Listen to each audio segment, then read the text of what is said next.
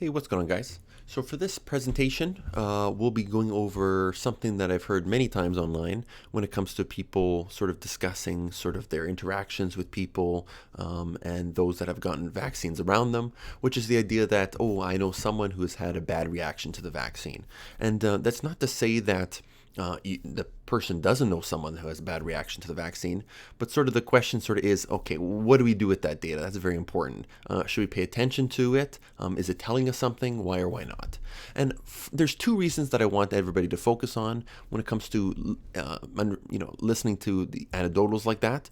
One being that you sort of can very easily attribute anything to the vaccine, even side effects that you would have otherwise gotten. That is to say that there's always a baseline on a day-to-day basis of you contracting sort of any sort of disease or anything that you would have otherwise gotten. But because everybody's getting the vaccine at the same time, anything that close proximity to the vaccine, you can sort of associate it with the vaccine and as a side effect. So one of the things you have to be very careful. The idea is we understand the side effects of vaccination very well, whether it be something like myocarditis, right, or otherwise. So these things are well understood. So if you have a complication, you don't always want to attribute it to something that's just, that you, something so recent to your vaccination. Just because it was in the week or the week after. And the second reason is we focus on the negatives of the vaccine rather than the opportunity cost of being sick with COVID. What does this mean? So people have had bad reactions to the vaccine, whether it be myocarditis or even sick for a few days. And one of the questions people ask is, okay, I was so sick for these few days, I'm going to contract COVID. Why? I'm going to contract COVID and be fine otherwise. So why should I care if I'm going to make myself sick through having a bad reaction or knowing someone who had a bad reaction? And the thing is, we just don't have a sense of the opportunity cost of if you were sick, how much your sickness would have been. Right?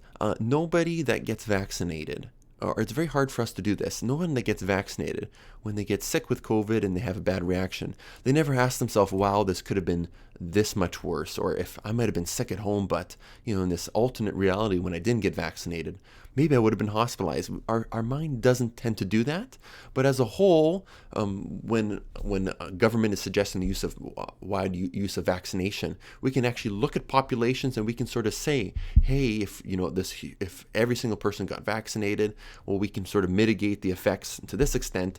So you can sort of do that calculation, but on an individual basis, we don't do that very well. Here's a few examples of how sort of that thinking can go with reason one. This is a good example at the beginning of coronavirus when we knew it was spreading, where every single time you tend to have like a sore throat, the first thing you thought was you had COVID, when in fact you sort of could look at yourself and think, well, actually I wake up every morning with a sore throat. Just because I have a sore throat doesn't mean it's COVID, but I'm hyper aware of the fact that because COVID is spreading, I'm actually hyper aware of every single sort of symptom I could be having. So that's just our mind playing tricks on us. Second thing is my friend getting enter severe outcome from the vaccine. This is just a rehash of the last slide where the outcome is unrelated to the vaccine and we just don't know. And just because it happened within a day or close proximity to the vaccine, it's unrelated because it's associated with the baseline of what you would have otherwise gotten if there was no COVID at all.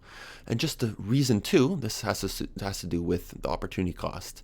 A friend feels ill for 2 days after vaccination, chills and body aches, so that's maybe one of the worser effects post-vaccination. Well, the thing is, if your friend got sick with COVID, he or she may have been sick for a week or worse, hospitalized. And again, you're not doing that thinking on your own. But the outcomes due to vaccine outweigh outcomes from being sick with COVID, and that is why mass vaccination is sort of suggested for everybody. And this just goes to show this is sort of a timeline. If you're someone that got vaccinated versus someone that didn't get vaccinated, who knows if you're healthy. If you're a healthy individual, you would have had flu-like symptoms, but if you're vaccinated, well, maybe you wouldn't have any symptoms. You'd have no sort of side effects associated with COVID-19. As opposed to someone that's maybe unvaccinated, it could have put someone that was hospitalized well, maybe they would just have flu-like symptoms and would be off of work for a while, right? So this sort of thinking is something that we just don't do regularly. And additionally, we want to push as many people as possible towards this unvaccinated side and all these complications towards the vaccinated side, where there's less complication, less hospitalizations, and less deaths. And just lastly, there was sort of a recent study that came out by Eric Schneider.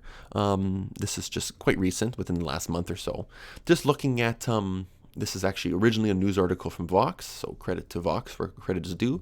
This is just to show that we can actually calculate and estimate excess mortality in the absence of vaccination. This is just to say, with vaccinations, we know exactly what the deaths per 100,000 people are.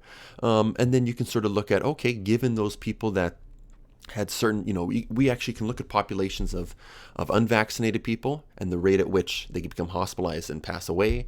And then you can simply look at, okay, if all those people were not vaccinated, if we didn't have mass vaccination, what would those death rates look like? And that is what the death rate would look like, right? So there's that increase, and then there's costs associated with the well-being of people, of the deaths of loved ones, hospitalizations, everything associated with that. You can see that jump approaches 6 per 100,000 people, where otherwise it's closer to 0.5. The thing is, this figure also doesn't include hospitalizations, which are also mitigated, not just deaths, right? So it's hard to say what that peak would look like, but it would be substantially lower. And the thing is, there's cost of elective surgeries being postponed. This goes to my video two videos ago about the opportunity cost of hospitalization and deaths. Well, the fact that our healthcare systems are treating COVID positive patients in hospitals and ICUs, well, the fact that there's so many elective surgeries that are postponed, there's a cost associated with the well-being of people for that. So every single time you have a diagnostic form of imaging that is sort of like that's supposed to catch something in advance, related to a comorbidity. If you're not getting that scan or you're not getting that elective surgery, there's a cost associated with your well-being and the fact that there's complications that can come up later on based on the fact that hospitalization and resources were being put towards the increased demand due to COVID, right? So these are all opportunity costs due to vaccination. And when you sort of can plot this, we can do this for deaths, we can do this hospitalizations, but really in your own life, if you were to say you could do that for yourself and just think about all the cost, if you didn't make certain decisions, you can do that with everything in life. But all these costs and mitigating those costs is what public health is about. And based on vaccination, we found very good results. And that's why vaccinations has widespread use. So with that, thanks for watching, and we'll see you in the next video.